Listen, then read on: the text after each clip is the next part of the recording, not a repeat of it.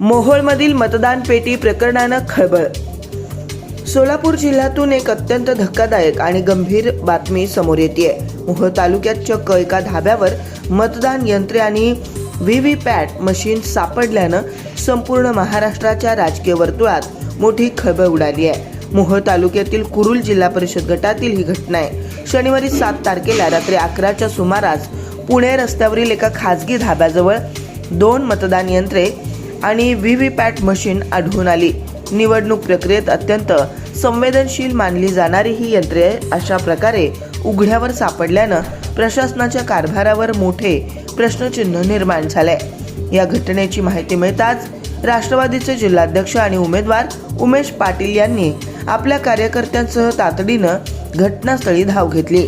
उघड्यावर मशीन पडल्याचं पाहून कार्यकर्त्यांमध्ये प्रचंड संताप व्यक्त करण्यात आला।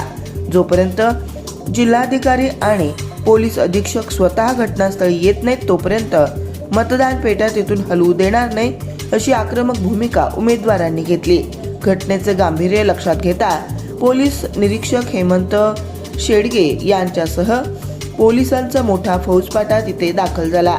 तसेच निवडणूक निर्णय अधिकारी सीमा होळकर, नायब तहसीलदार अनिल शहापुरे आणि सुधाकर धाईजे यांच्यासह निवडणूक विभागाची पूर्ण टीम घटनास्थळी पोहोचली। रात्री उशिरापर्यंत या प्रकरणाचा पंचनामा आणि चौकशीचं काम सुरू होतं। निवडणूक पारदर्शकपणे होणं अपेक्षित असताना अशा प्रकारे उघड्यावर मतदान यंत्रे सापडणं हा निवडणूक घोटाळा असल्याचा आरोप आता विरोधकांकडून केला जातोय।